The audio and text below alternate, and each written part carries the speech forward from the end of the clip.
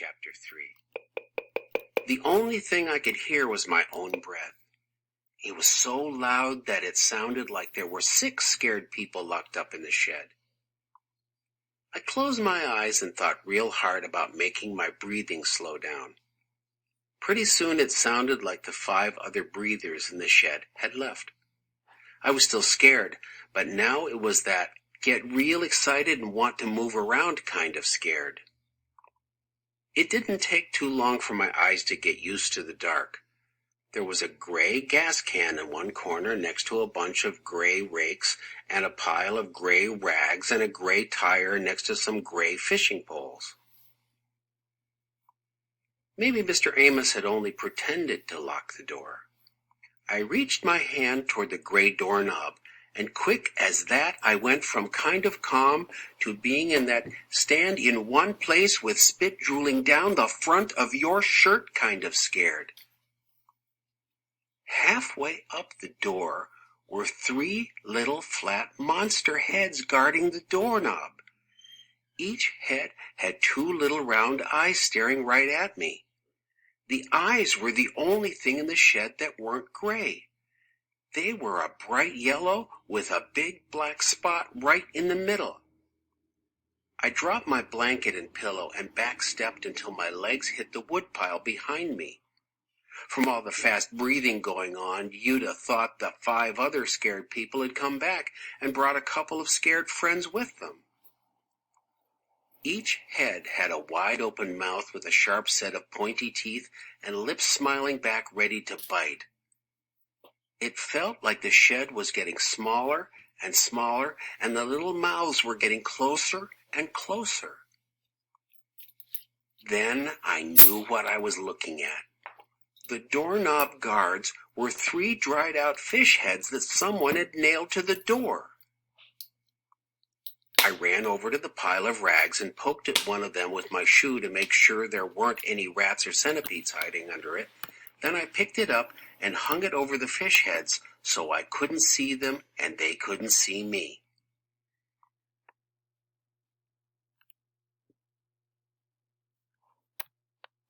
I picked up my blanket and pillow and had to decide what was the best way to sleep. I knew the floor was no good.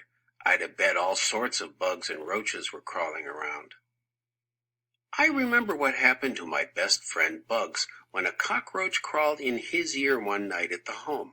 4 grown folks had held Bugs down, whilst they tried to pull it out with a pair of tweezers, but the only thing that did was pull the roach's back legs off. When they were digging around in Bugs' ears with the tweezers, you'd have thought they were pulling his legs off, not some cockroaches. I'd never heard a kid scream that loud. After about 15 minutes of Bugs screaming the joint down, they said they were going to have to take him to the emergency room to get the roach out. It was almost morning when Bugs got back. Everyone was asleep except me.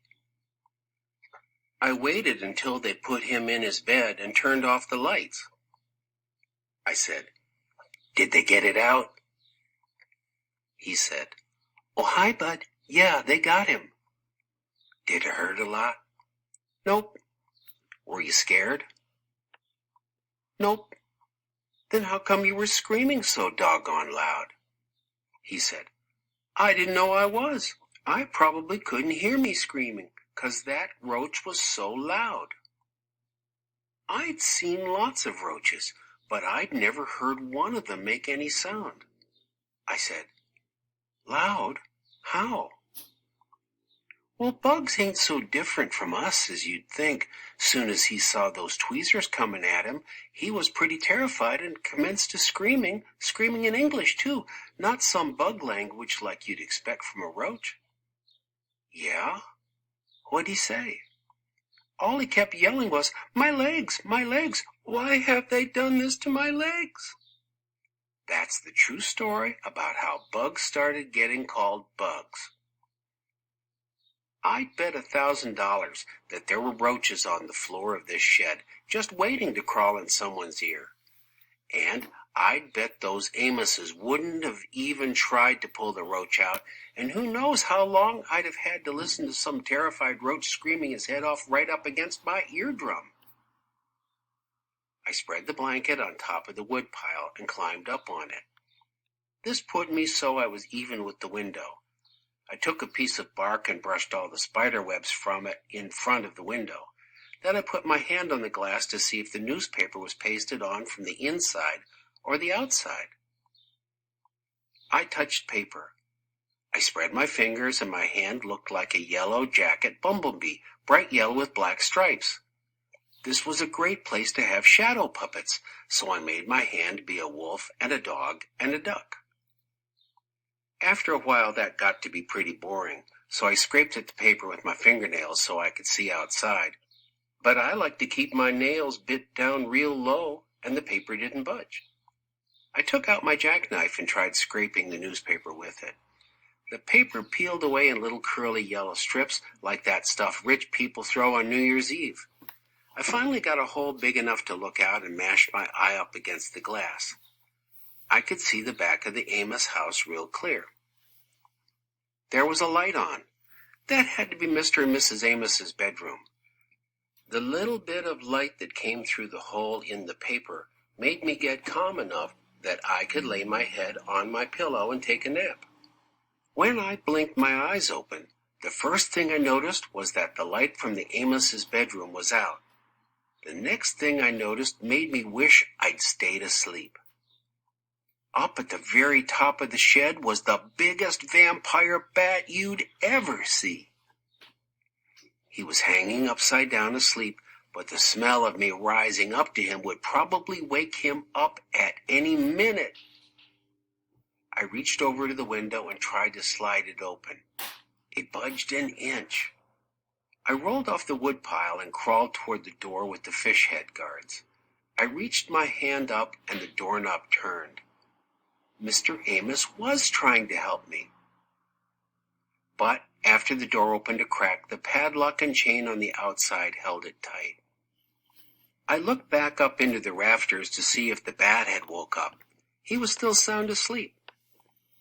Just like there's a time that a smart person knows enough is enough, there's a time when you know you've got to fight.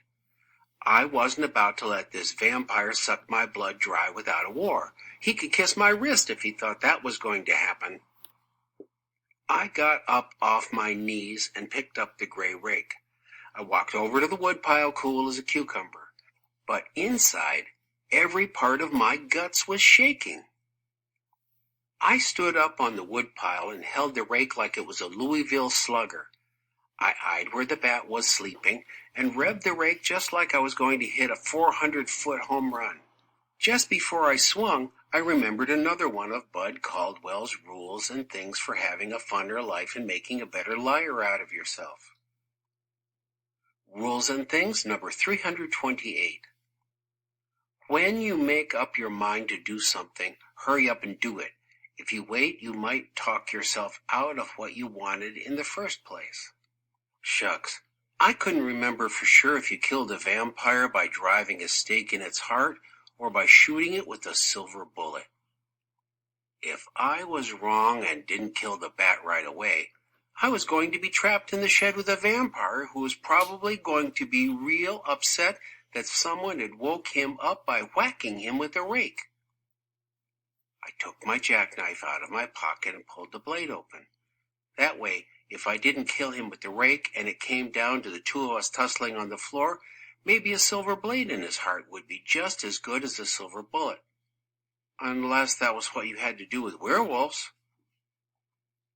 I raised the rake over my head again, closed my eyes, and swung it like I was Paul Bunyan chopping down a tree with one blow. I felt the rake jerk a little when it hit the bat, and I opened my eyes just in time to see the vampire get cut right in half. I was kind of surprised he didn't scream or cry or say, "Curses, you got me." Instead, the only sound I heard was a kind of rattling like a couple of pieces of paper rubbing together or like dry leaves blowing in the wind. The next sound I heard was even worse than if the vampire had said, "Aha, you doggone kid, that hurt, but now I get my revenge." It sounded like I'd turned on a buzzsaw in the shed. All of a sudden it felt like someone had stuck a red-hot nail into my left cheek. My hand reached up to grab my cheek, and I felt something creepy and prickly there. I brought my hand back down and was holding the biggest, maddest hornet I'd ever seen. I squeezed my hand shut to crush it, but it got in another sting on my palm. What I'd thought was a vampire bat hanging on the ceiling was really a hornet's nest, and now there were about 6,000 hornets flying around in the tiny shed, and each and every one of them was looking for me. Another fire nail went into my knee, and a second one went into my sock. Maybe this was why the other kid that they'd found in here had been as big as a whale. He was swole up from all the hornet stings. I dropped my shoulder down and charged against the door with all my might. The door banged against the lock but didn't budge an inch. All that happened was the rag I'd covered the fish heads with came off, and I got bounced back and landed square on the floor. I jumped up again. This time when I charged the door, I put my hand out like Paul Robeson running down the football field.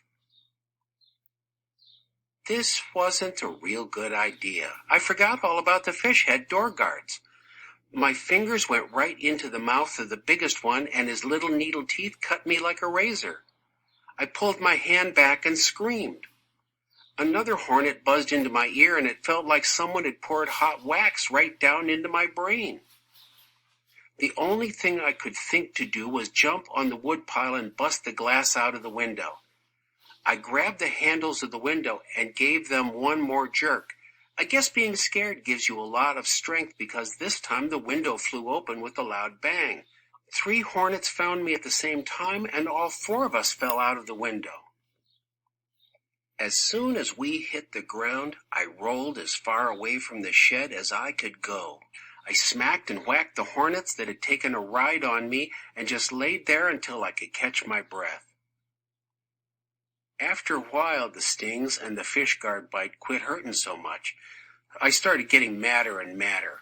I was mad at the Amoses, but most of all I was mad at me for believing there really was a vampire in the shed, and for getting trapped like this where there wasn't anybody who cared what happened to me. I simmered down and started thinking about getting even. I wondered how hard I'd have to pull the trigger on that double-barrel shotgun for it to go off. I sneaked up the back porch steps to get inside the house.